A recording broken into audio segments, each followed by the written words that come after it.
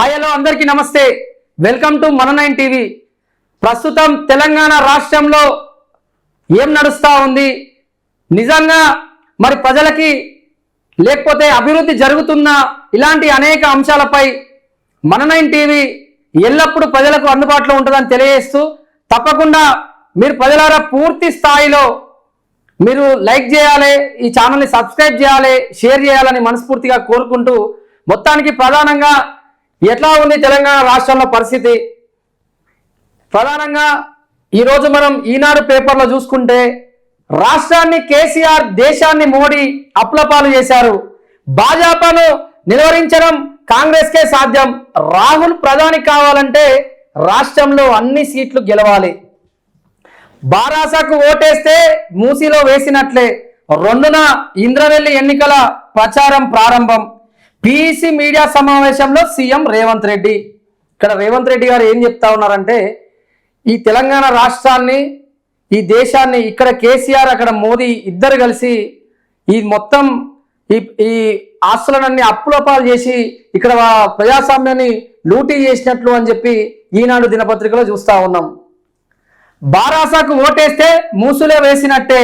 మరి కేంద్రంలో భాజపాను నిలువరించడం కాంగ్రెస్కే సాధ్యమని ముఖ్యమంత్రి పిసిసి అధ్యక్షులు రేవంత్ రెడ్డి అన్నారు. కేసీఆర్ రాష్ట్రాన్ని, ప్రధాని మోదీ దేశాన్ని అప్లపాలు చేశారని ఆరోపించారు. లోక్సభ ఎన్నికలలో 60 రోజుల్లో మొదలయ్యే అవకాశాలు ఉన్నాయని, ఎంపీ టికెట్లు ఆశించే కాంగ్రెస్ నేతలు ఫిబ్రవరి 3లోగా పిసిసికి దరఖాస్తు చేసుకోవాలని సూచించారు. అభ్యర్థుల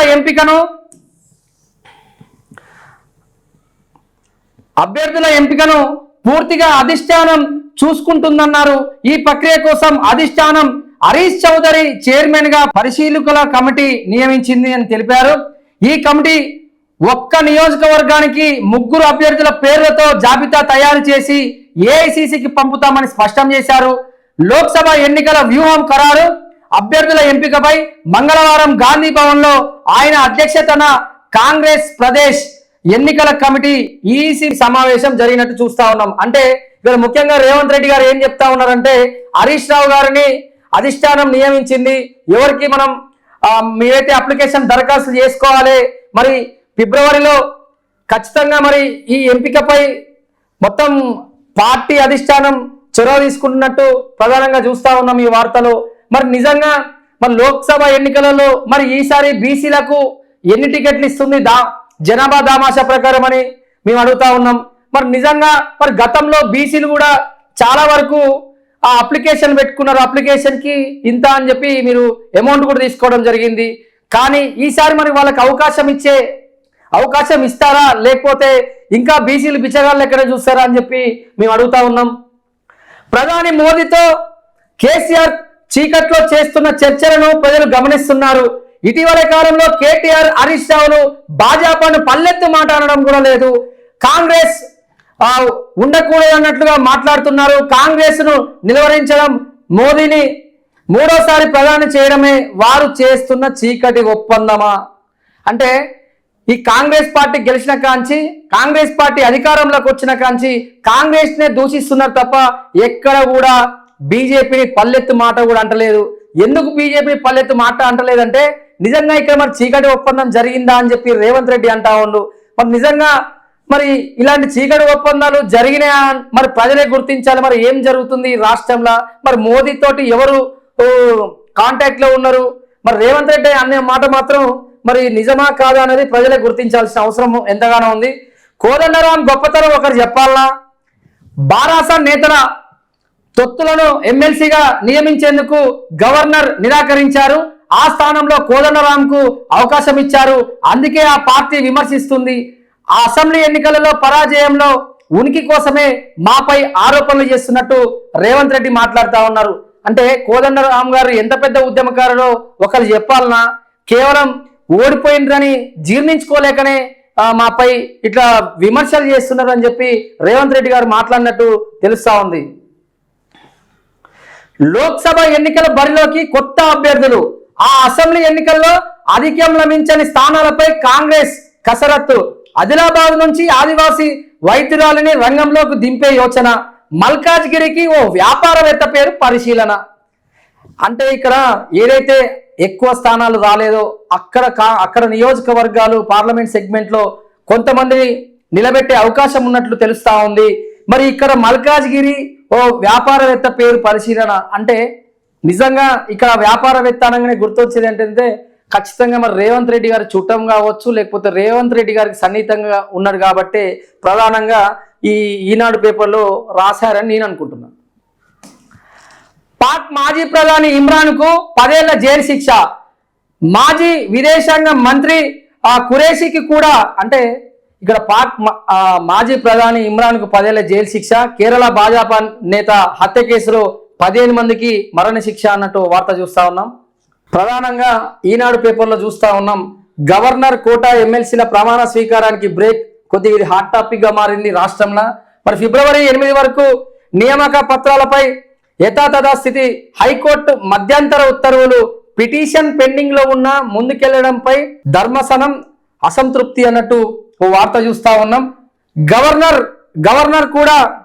గవర్నర్ కోటా కింద ఎమ్మెల్సీగా నియమితులైన ఆచార్య కోదండరాం, అమీర్ అలీ ఖాన్ల ప్రమాణ స్వీకారానికి బ్రేక్ పడింది. ఎమ్మెల్సీల నియామక ప్రక్రియపై ఫిబ్రవరి 8 తేదీ వరకు యథాస్థితిని కొనసాగించాలంటూ హైకోర్టు మంగళవారం మధ్యంతర ఉత్తర్వులు జారీ చేసింది. ఎమ్మెల్సీల నియామకానికి సంబంధించిన పిటిషన్ పెండింగ్ లో ఉండగా నియామక ప్రక్రియలపై ముందుకెళ్లడంపై అసంతృప్తి వ్యక్తం చేసింది. గవర్నర్ కోటా కింద ఎమ్మెల్సీలుగా గత ప్రభుత్వం దాసోజు శ్రవణ్ కుమార్ కు కుర్ర సత్యనారాయణ పేర్లను ప్రతిపాదించారు. వీరిలో శ్రవణ్ కుమార్ రాజకీయ పార్టీకి చెందిన వ్యక్తి అని, సత్యనారాయణ ఓ కార్మిక సంఘానికి ప్రాతినిధ్యం వహిస్తారని పేర్కొంటూ వారి పేర్లను గవర్నర్ తమిళసై తిరస్కరించారు. అంటే ఇక్కడ ప్రధానంగా మరి ఫిబ్రవరి 8 దాకా సీఎం రేవంత్ రెడ్డి గారు ఆగితే మంచిగుండేది కదా, కాంగ్రెస్ ప్రభుత్వం ఆగితే మంచిగుండేది కదా. ఇక్కడ ముఖ్యంగా గుర్తుపెట్టుకోవాల్సిన అవసరం ఏముంది అంటే కోదండరాం గారు నిజమైన ఉద్యమకారుడు, నిజంగా గొప్ప ఉద్యమకారుడు. కానీ ఎందుకు గవర్నర్ కోటాలు ఇవ్వాలి ఆయనకి? నిజంగా కాంగ్రెస్ పార్టీకి రేవంత్ రెడ్డి గారికి చిత్తశుద్ధి ఉంటే ఎమ్మెల్యేల కోటా కింద ఈయనకి ఎమ్మెల్సీ ఇచ్చి మంత్రివర్గంలో కూర్చోబెట్టాలి. ఆయనకి అసలు ఎమ్మెల్సీ అనే పదవి చాలా చిన్నది. కోదండరాం గారు గొప్ప వ్యక్తి, గొప్ప ఉద్యమకారుడు. గత ప్రభుత్వం పట్టించుకోలేదు, కనీసం మీరన్నా పట్టించుకుంటారా అంటే ఇలాంటి ఈ లిటికేషన్ ఉన్న పదవులకి అనవసరంగా కోదండరాం గారిని ఇన్వాల్వ్ చేయొద్దని తెలియజేస్తున్నాం. సాయి సింధు ఫౌండేషన్ కి భూముల కేటాయింపు నిలిపివేత. రెవెన్యూ ముఖ్య కార్యదర్శి ఉత్తర్వులు. రంగారెడ్డి జిల్లా షేర్లింగంపల్లి మండలం కానామెట్లో సాయి సింధు ఫౌండేషన్ గత ప్రభుత్వం కేటాయించిన 17 ఎకరాల భూమి జీవోను నిలిపివేస్తూ రెవెన్యూ శాఖ మంగళవారం ఉత్తర్వులు జారీ చేసింది. ఇక్కడ క్యాన్సర్ ఆసుపత్రి, ఇతర వ్యాధుల చికిత్స కోసం హాస్పిటల్ నిర్మిస్తామని సాయి సింధు ఫౌండేషన్ గత ప్రభుత్వ హయాంలో దరఖాస్తు చేసుకోగా 2019లో భూమిని కేటాయించారు. అయితే ఈ భూమి కేటాయింపుల్లో నిబంధనలను ఉల్లంఘించారని పేర్కొంటూ కొందరు హైకోర్టును ఆశ్రయించగా ఆ జీవోను రద్దు చేస్తూ భూ కేటాయింపులను పునఃపరిశీలించాలంటూ న్యాయవాద సంస్థ ప్రభుత్వానికి సూచించింది. అనంతరం పాత లీజు నిబంధనల జీవో 571కు పలు సవరణలు చేస్తూ 2023 ఆగస్టు 11న జీవో నెంబరు 99ను జారీ చేశారు. సవరించిన లీజు నిబంధనల ఆధారంగా సెప్టెంబర్ 25, 2023న తిరిగి సాయి సింధు ఫౌండేషన్ కి భూమి కేటాయించారు.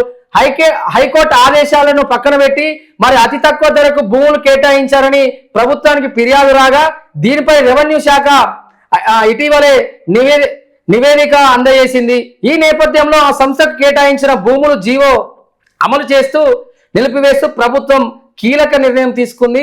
తదుపరి చర్యలు తీసుకోవాలని సిసిఎస్ ను ఆదేశించింది. ఈ సాయి సింధు ఫౌండేషన్ కు భూములు కేటాయించడం నిలిపివేత అంటే గత ప్రభుత్వం మరి కేటాయించిందంటే మరి అలా ఎంత కుంభకోణం ఉందో మరి పలువురు అయితే దీని మీద ఖచ్చితంగా చర్య తీసుకోవాలని హైకోర్టును ఆదేశించగా దీన్ని నిలిపివేసినట్లు చూస్తా ఉన్నాం. ఇక్కడ మంచి వార్త ఉందన్నా. అన్ని ఆస్తులు ఎలా వచ్చాయి? శివబాలకృష్ణతో పాటు బంధువుల విచారణ. నేటి నుంచి ఏసీబీ కస్టడీలోకి మాజీ రేరా కార్యదర్శి. ఈయన ఎవరో తెలుసా? ఈయన కేటీఆర్ బెస్ట్ ఫ్రెండ్ శివబాలకృష్ణ. అన్ని ఆస్తులు ఎలా వచ్చాయని చెప్పి ఇవాళ వీళ్ళని ఏసీబీ ప్రశ్నిస్తుంది.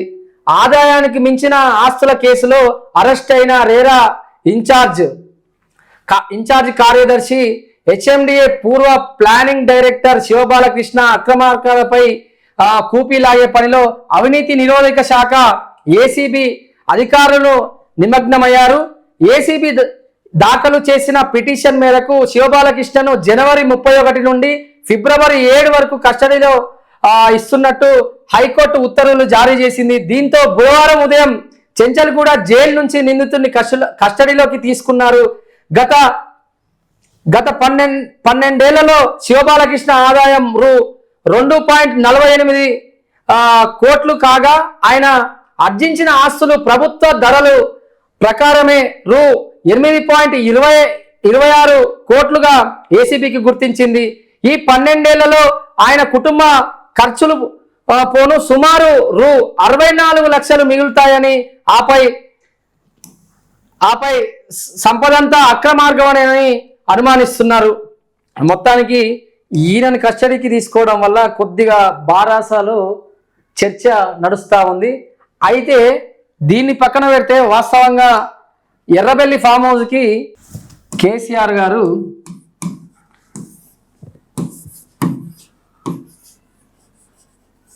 ఎర్రబెల్లి ఫామ్ హౌస్కి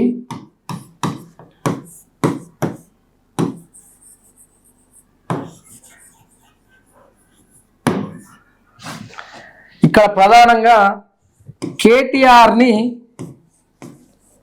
హరీష్ రావుని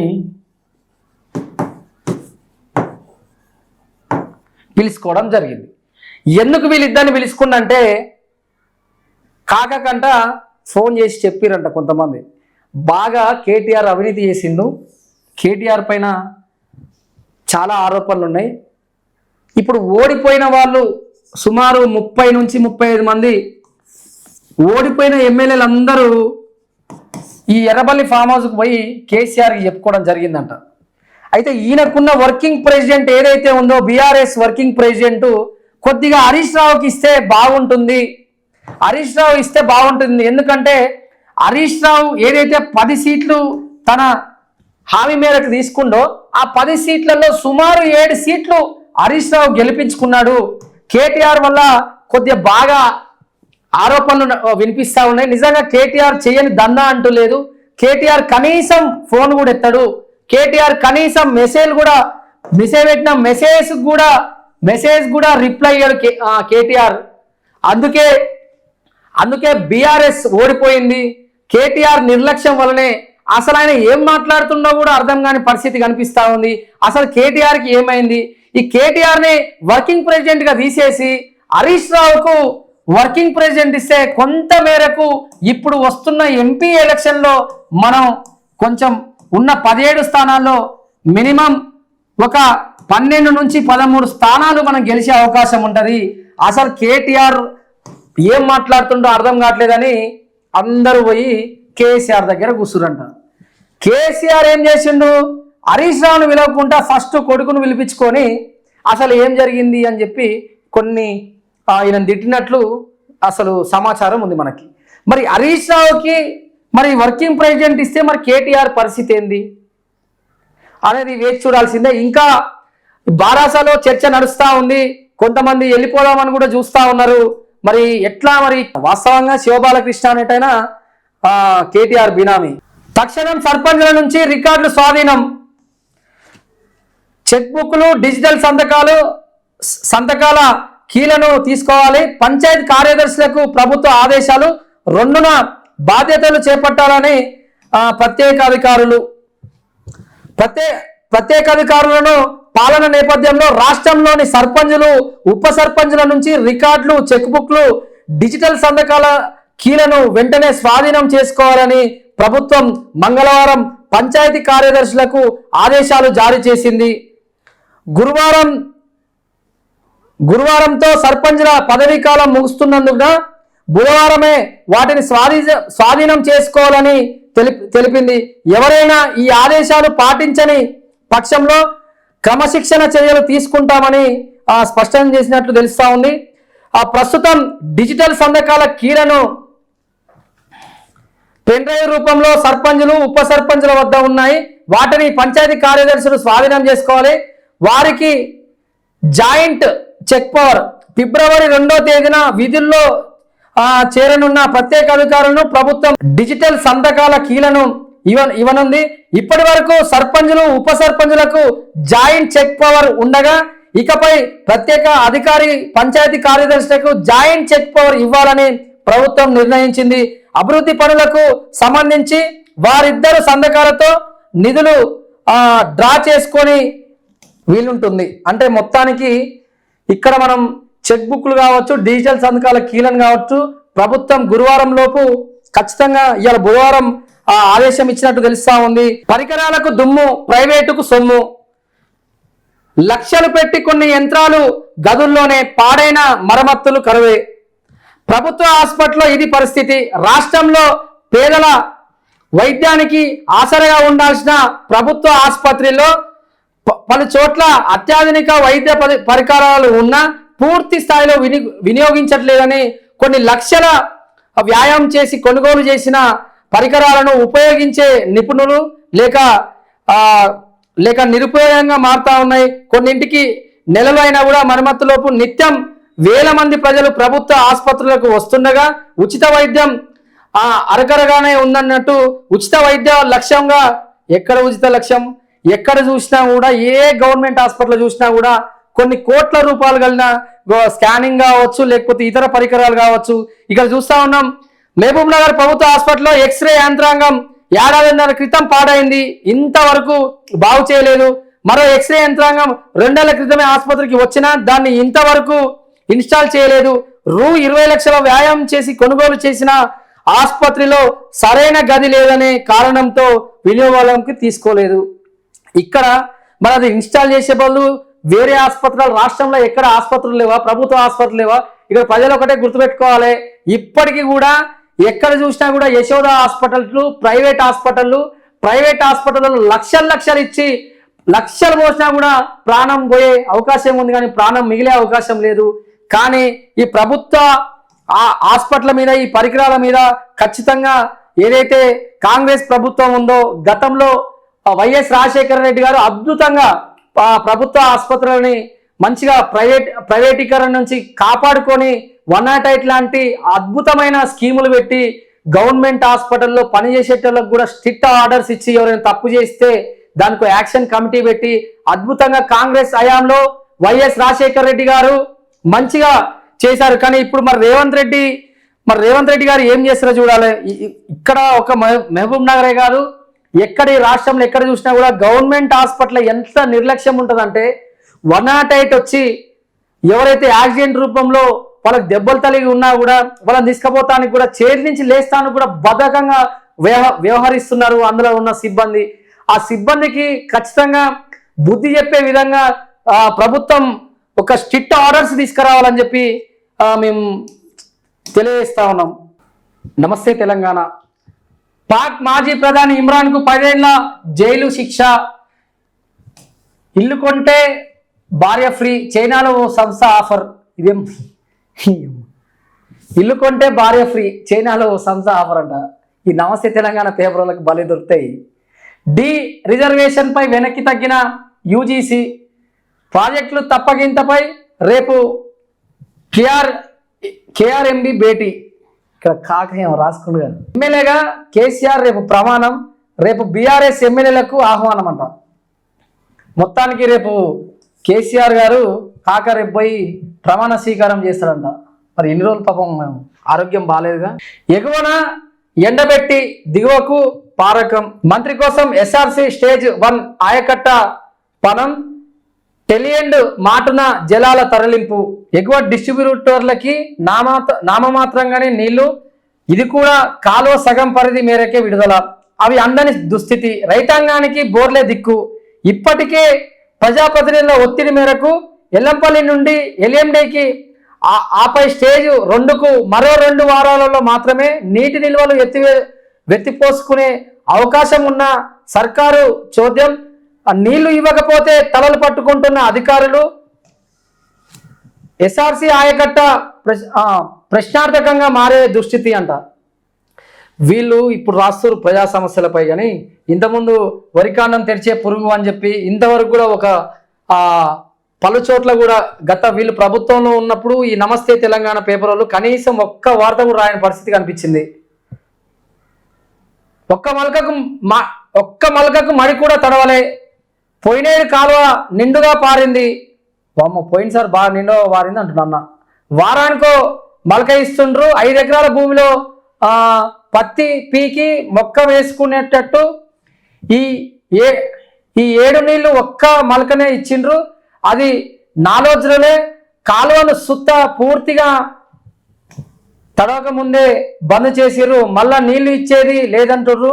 అందుకే ఈ 7 మక్క సుత వేయలే అంట.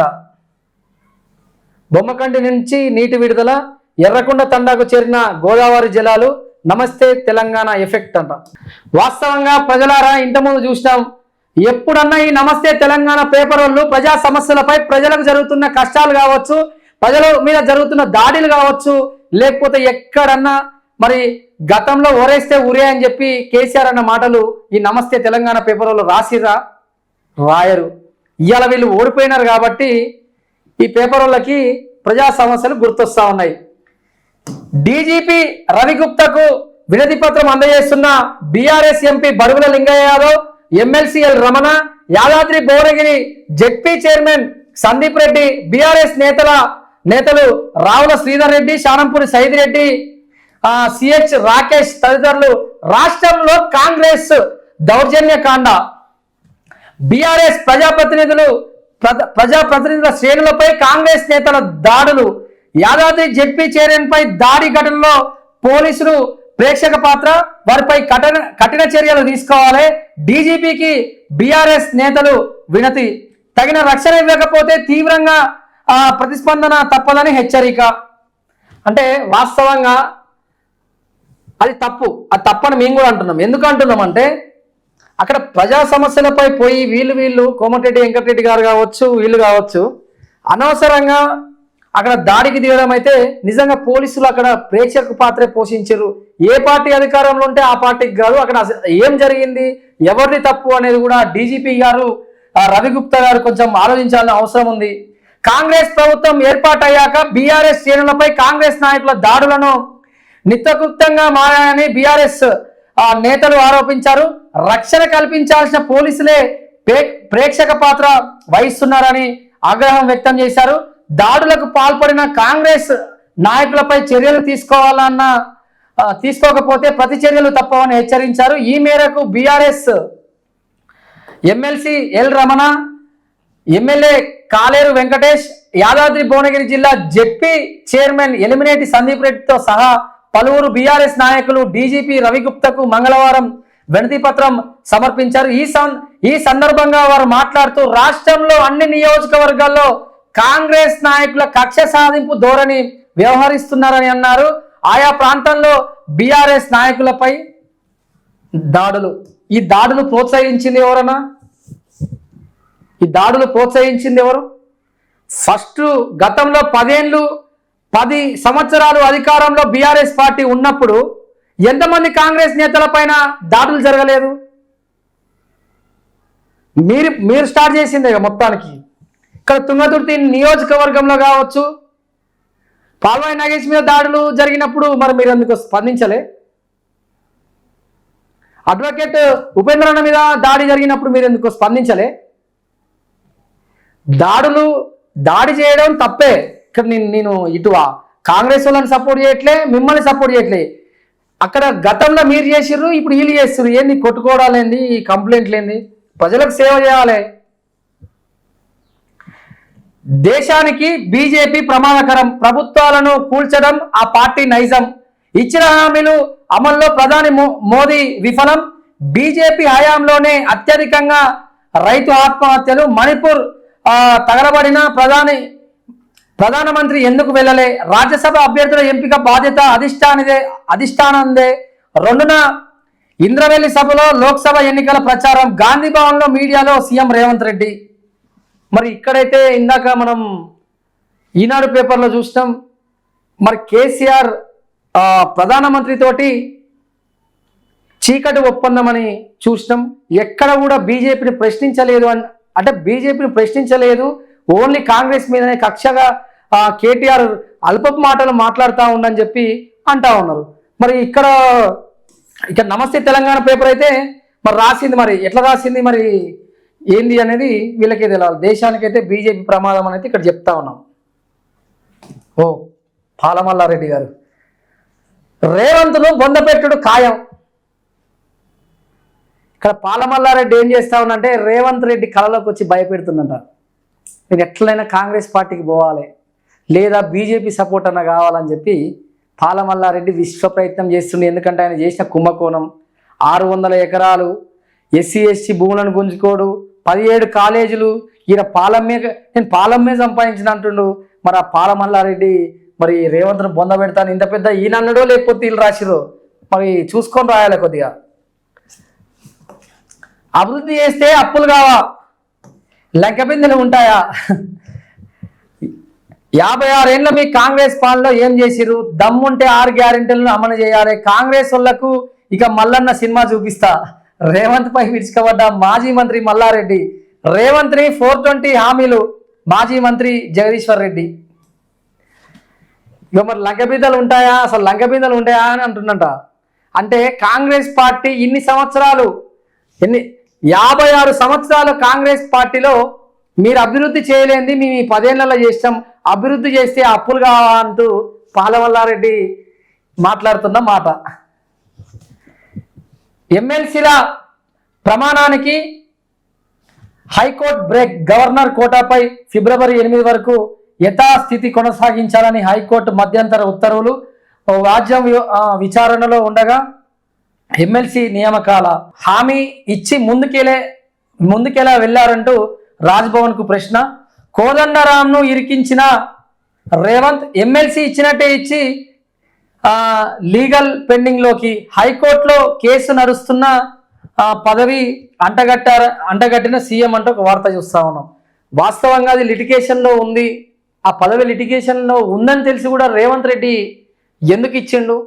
నేను ఇందాక కూడా చెప్పిన కోదండరాం గొప్ప ఉద్యమకారుడు, ఖచ్చితంగా ఇలాంటివి కాకుండా ఎమ్మెల్యే కోటాలో ఆయనకి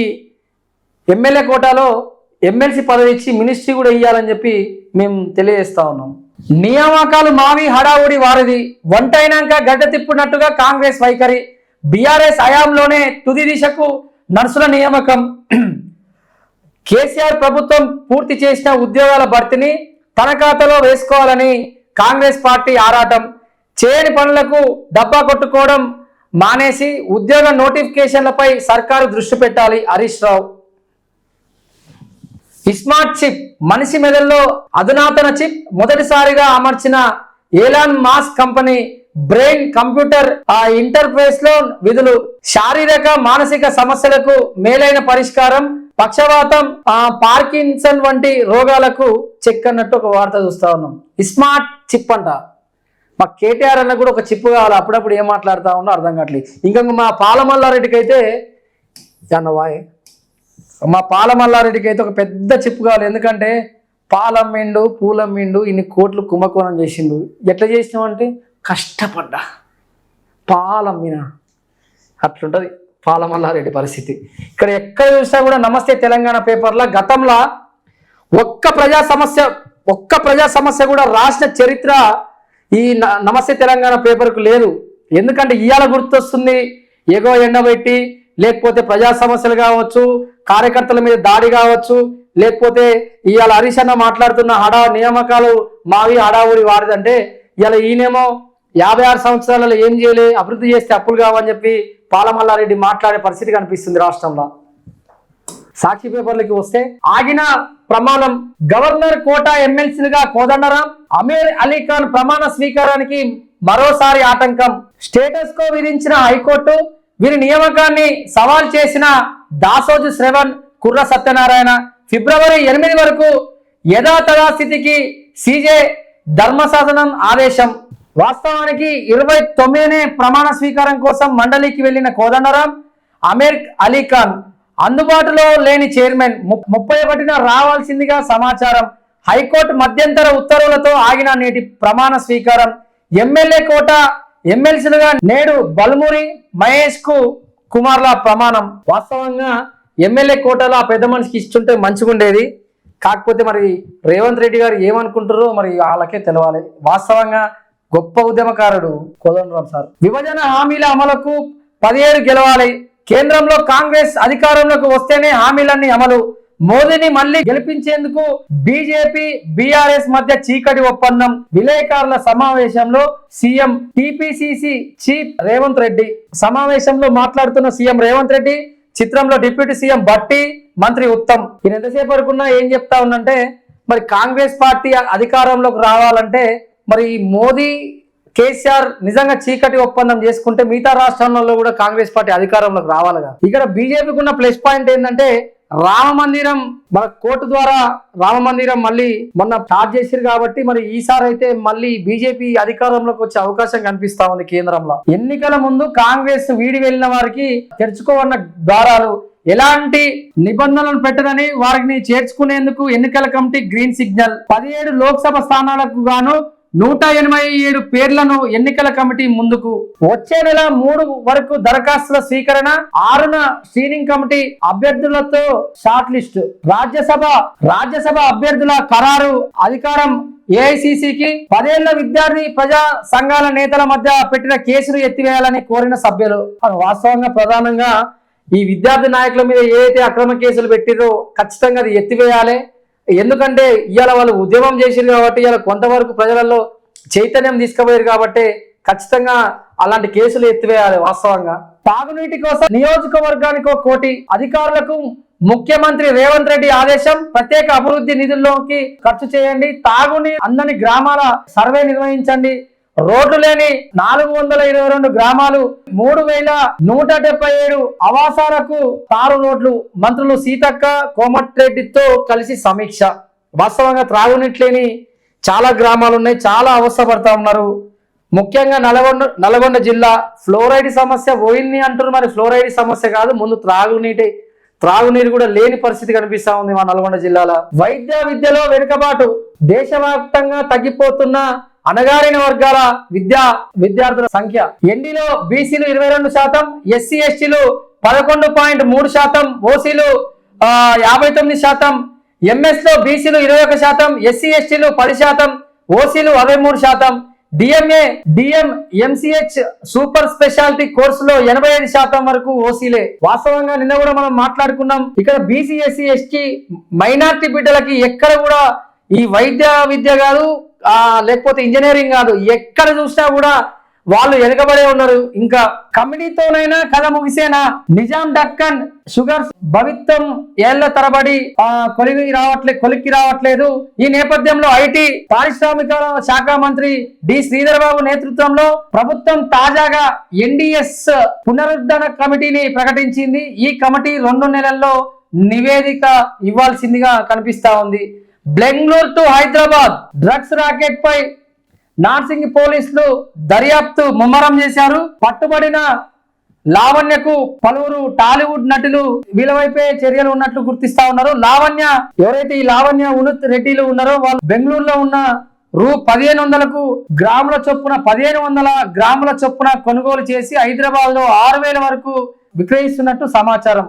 వాస్తవంగా ఈ సినీ ఇండస్ట్రీలో ఈ దౌర్భాగ్య పరిస్థితి ఏందో ఇంకా అర్థం కాని పరిస్థితి. డ్రగ్స్ కు బాగా ఎడిక్ట్ అయిపోయి నానా ఇబ్బందులు పడుతున్నట్టున్నారు. కొత్తగా ఎవరైనా ఇండస్ట్రీకి పోవాలన్నా కూడా ఈ ఆడపిల్లలు కావచ్చు, లేకపోతే పురుషులు కావచ్చు, చాలా భయపడే అవకాశం కనిపిస్తా ఉంది.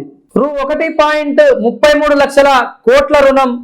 పరిశ్రమలో సహా అన్ని రంగాలకు కలిపి రూ 2.80 లక్షల కోట్లు వచ్చే ఆర్థిక సంవత్సరాల ప్రణాళికలో ఖరారు చేసిన నాబోర్డు. గత రుణ ప్రణాళికలో పోలిస్తే రూ 94,000 కోట్లు అదనం. బ్యాంకుల చేయుత మరింత పెరగాలి. మంత్రి తుమ్మల నాగేశ్వరరావు చెప్పేటట్టు ఈ వార్త. బడ్జెట్ సమావేశాలు. సార్వత్రిక ఎన్నికల ముందు చివరి బడ్జెట్. రేపు ఓటాన్ అకౌంట్ బడ్జెట్ ప్రవేశపెడుతున్న కేంద్ర మంత్రి నిర్మలా సీతారామన్. ఫిబ్రవరి 9 వరకు జరగనున్న సమావేశాలు. ఈసారి ఆర్థిక సర్వే నివేదిక లేదు. సస్పెండ్ అయిన ఆ 14 మంది ఎంపీలు మళ్ళీ సభకు. ఈ 5పై ఆశలొద్దు. బడ్జెట్ అనగానే పన్ను స్లబులు తగ్గిస్తారనో, నిత్యావసర వస్తువులు ధరలు తగ్గించే చర్యలేవో తీసుకుంటారని జనం ఆశపడుతున్నారు. మహిళలు యువత కోసం ప్రత్యేక పథకాలను ప్రభుత్వం ప్రకటించేందమని ఎదురు చూస్తున్నారు. పైగా 3-4 నెలల్లో ఎన్నికలు ఉండడంతో ఎన్నికల తాయిలాలు బడ్జెట్ లో కనిపించవచ్చని అందరూ అంచనా. అయితే ఫిబ్రవరి 1న ప్రవేశపెడితే 2024-2025 ఆర్థిక సంవత్సరం కేంద్ర బడ్జెట్ లో 5 అంశాలు ఆశలు పెట్టుకోకపోవడమే ఉత్తమమని ఆర్థిక నిపుణులు అంటున్నారు. ఆ 5 అంశాలు ఏమిటనేది దానిపై ప్రత్యేక కథనం. ఏ చర్చకైనా సంసిద్ధం. అఖిలపక్ష భేటీలో స్పష్టం చేసిన కేంద్ర ప్రభుత్వం పలు సమస్యలపై లేవనెత్తిన విపక్షాలు రాహుల్ యాత్రను సజావుగా సాగనివ్వట్లేదని కాంగ్రెస్ ఆగ్రహం. కేంద్ర దర్యాప్తు సంస్థల దుర్వినియోగంపై వైఖరి మీటిలో చెప్పాలని పట్టు. వాస్తవంగా రాహుల్ గాంధీ గారిని అయితే ఆయన యాత్రని ఎక్కడ కూడా వాళ్ళు ఏదైతే కేంద్ర ప్రభుత్వం సహకరించట్లేదు, మమ్మల్ని అనేక ఇబ్బందులు పెడుతున్నారని కాంగ్రెస్ పార్టీ ఆగ్రహం చేసినట్టు కనిపిస్తూ ఉంది. 15 మంది బీజేపీ నేతల హత్య కేసు, పిఎస్ఐ కార్యకర్తలకు మరణశిక్ష. 2021లో జరిగిన బీజేపీ ఓబీసీ విభాగం నేత రంజిత్ శ్రీనివాసన్ హత్య కేసులో నిషేధిత పలువురు ఫ్రంట్ ఆఫ్ ఇండియా పిఎస్ఐకు చెందిన 15 మంది కార్యకర్తలకు కేరళ కోర్టు మరణశిక్షణ విధించింది. బీజేపీ ఓబీసీ మోర్చా రాష్ట్ర కార్యదర్శిగా ఉన్న శ్రీనివాసన్ ను 2021 డిసెంబర్ 19 ఆయన ఇంట్లో తల్లి, భార్య, కుమార్తె కళ్ళెదుటనే పిఎస్ఐ కార్యకర్తలు మరణ ఆయుధాలతోటి దారుణంగా చంపేశారు. ఈ తీర్పుపై శ్రీనివాసన్ కుటుంబంతో పాటు పలు బీజేపీ హర్షం వ్యక్తం చేశారంట. బీజేపీ నేత ఎవరైతే ఈయనని వాళ్ళు చంపారంట లాస్ట్ టైం ఎప్పుడు డిసెంబర్ 19న వీళ్ళు మారణాయుధాలతోటి కాల్చి చంపారంట. దీనికి బీజేపీ నేతలు వీళ్ళ కుటుంబానికి న్యాయం జరిగిందని చెప్పి హర్షం వ్యక్తం చేసినట్లు ప్రధానంగా ఈ వార్తలు చూస్తా ఉన్నాం. ఆంధ్రజ్యోతి పత్రికలో చూసుకుంటే బీఆర్ఎస్ చచ్చిన పార్టీ, రాష్ట్ర ప్రజలు దాన్ని బొంద పెట్టేశారు, ఆ పార్టీకి ఓటేస్తే మూసులే వేసినట్టే అని చెప్పి ప్రధానంగా రేవంత్ రెడ్డి గారు అన్నమాట. బీజేపీ నిలువరింత కాంగ్రెస్ కే సాధ్యం. బీఆర్ఎస్ బీజేపీ కుంభక్ పాలిటిక్స్, కాంగ్రెస్ ఉండడమే మంచిది కాదన్న ధోరణిలో వీళ్ళు బిల్లారంగా మాటలున్నాయి. మోదీని మళ్ళీ ప్రధాని చేయడమే మీ చీకటి ఒప్పందమా? రేవంత్ ధ్వజం. కేంద్రంలో కాంగ్రెస్ గెలిస్తేనే విభజన చట్టంలోని హామీలన్నీ అమలవుతాయి, అందుకు రాష్ట్రంలో 17 సీట్లు నెగ్గాలి. ప్రదేశ్ ఎన్నికల కమిటీ భేటీలో సీఎం. సార్వత్రిక ఎన్నికలలో పార్టీ టికెట్స్ ఆశించే వారి నుంచి దరఖాస్తులకు ఆహ్వానం. ఫిబ్రవరి 3 తేదీ సాయంత్రం 5 గంటల వరకు స్వీకరించినట్లుగా వెల్లడి. జనరల్ స్థానాలను రూ. 50,000 రుసుము, రిజర్వ్డ్ సీట్లకు 20,000 రుసుము అని చెప్పి ఇక్కడ సీఎం రేవంత్ రెడ్డి మాట్లాడుతూ ఉండు. ముఖ్యంగా తెలంగాణ రాష్ట్రంలో ఈరోజు నేడు గద్దరన్న జయంతి. కానీ ఇంతవరకు దౌర్భాగ్య పరిస్థితి ఏంటంటే ఏ పత్రికలు కూడా ఆయనకు నివాళులు అర్పించినట్టు కానీ ఆయన జయంతికి సంబంధించిన విషయాలు కానీ ఎక్కడ కూడా రాయని దౌర్భాగ్య పరిస్థితి ఈ పేపర్లలో చూస్తూ ఉన్నాం. ప్రధానంగా మరి గద్దర్ గారు ఈ రాష్ట్రం కోసం ఎలా కష్టపడ్డారు, అసలు గద్దర్ అనే వ్యక్తి ఒక గొప్ప మహనీయుడు అని చెప్పి ఎక్కడ చూస్తే ఈ టీవీ ఛానళ్ళు వాళ్ళు గద్దర్ బతుకున్నప్పుడు ఆయన బాధలు చూడని టీవీ ఛానళ్ళు ఆయన మరణించిన తర్వాత కొన్ని నెలల వరకు కూడా గద్దర్ అన్న నివాళులను అర్పించారు. కానీ ఇంతవరకు గద్దర్ జయంతి ఎక్కడ ఏ పేపర్లో రాయలేదు. ప్రస్తుతం మనతో పాటు లైవ్ లో కోదాడ కొండలన్న మనతో పాటు లైన్ లో ఉన్నారు. ఒక్కసారి అన్నతో మాట్లాడే ప్రయత్నం చేద్దాం. అన్న నమస్తే. అన్న కొండలన్న, మీరు మన 9 టీవీలో ఛానల్లో లైవ్ లో ఉన్నారన్న. అన్న ఎట్లా ఉంది తెలంగాణలో ఈరోజు గద్దర్ జయంతి? ఇంతవరకు కూడా ఎవ్వరు ఏ పేపర్లో కూడా మీరు ప్రధానంగా ఇప్పుడు మీరు చూస్తుంటారు కదా, మీరు పేపర్లు చదువుతుంటారు కదా, ఇంతవరకు కూడా ఏ పేపర్లో కూడా గద్దర్కి నివాళులు అర్పించినట్టు ఒక్క పేపర్ కూడా రాయలేదు. దీని మీద మీరు ఎలా? ఒకటే అండి, ముందుగా మీ టీవీ వాళ్ళకు ధన్యవాదాలు తెలియజేస్తున్న శంకర్ గారు. గద్దరు వ్యాపారవేత్త కాదు, గద్దరు డబ్బులు ఇచ్చేవాడు కాదు. ఈ రోజు మొత్తం మీడియా ఎట్లుందంటే పెట్టుబడిదారికి పుట్టినటువంటి పత్రికలు మూటలు తీసుకొని మాటలు రాసే పరిస్థితిలో ఉన్నాయి, కానీ వాళ్ళ జీవితాన్ని కూడా ఒకప్పుడు చెప్పిపోయిన వాడు గద్దరు. గద్దరు జీవితమే ప్రజలకు అంకితం. ఇక్కడ మీడియా ఇస్తారా ఇయ్యరా వాళ్ళ విజ్ఞతకు వదిలేస్తున్నాం. పాటలకు తోట గద్దరు, ప్రజలకు ప్రాణం గద్దరు, ఆటకు పాటకు ప్రాణం గద్దరు, అడవి బిడ్డలకు మార్గం గద్దరు, ఆకలి కడుపులో పెట్టుకున్నా అన్యాయం పై అందుకే గద్దరు. గద్దరు ఇప్పుడు కూడా ప్రజల మనిషి. ఆయన ప్రజలు చేసుకుంటారు ఆయన వర్ధంతి జయంతులు. ఇలా పత్రికలలో రాయనంత మాత్రాన, ఇలా పత్రికలలో చేయనంత మాత్రాన ఈ పత్రికలు ఇప్పటికైనా సిగ్గుశరం తెచ్చుకొని నిజాన్ని రాయమని చెప్తున్నాం. ఒకప్పుడు జర్నలిజం అంటే చేతులెత్తి దండం పెట్టేవాడు. అంటే ఒక ప్రభుత్వానికి ప్రజలకు వారధిగా ఉన్నటువంటి పత్రికలు ఇవాళ కేవలం పెట్టుబడిదారుల పొత్తాసు పలికేసి అంటే ప్రజల కోసం త్యాగాలు చేసినటువంటి వాళ్ళని రాయటంలో చులకలుగా ఉన్నారు, ప్రజల కోసం పోరాడే వాళ్ళు రాయటంలో చులకలుగా ఉన్నారు. అసలు ప్రజల కోసం పోరాడే వాళ్ళనే పదమే లేకుండా కేవలం పెట్టుబడిదారులు ఇంట్లో ఒక కుక్క పిల్ల పుట్టడం, ఓ పంది పిల్ల పుట్టడం, లేకపోతే బర్రె ఇంచడం, లేకపోతే వాడికి మనవరాలు పుట్టడం, సినిమా హీరోల బిడ్డలకు, లేకపోతే వాడు సత్యడం, సమాజానికి ఉపయోగపడినటువంటి వ్యక్తుల్ని గొప్పగా చూపిస్తూ స్కోరింగ్ మీద స్కోరింగ్ వేస్తున్నారు తప్ప ఈ రోజు గద్దరు పాడిన పాటలు ఎన్ని ఉన్నాయండి? అనేక రకాల పాటలు ఉన్నాయి. ఇవాళ ఎందుకు మీకు చేతగాడు చూపించడానికి? నేను చూపించకపోవచ్చు. గద్దరు ప్రజల గుండెల్లో ఉన్నాడు, ప్రజల నాలుకల మీద ఉంటాడు గద్దరు.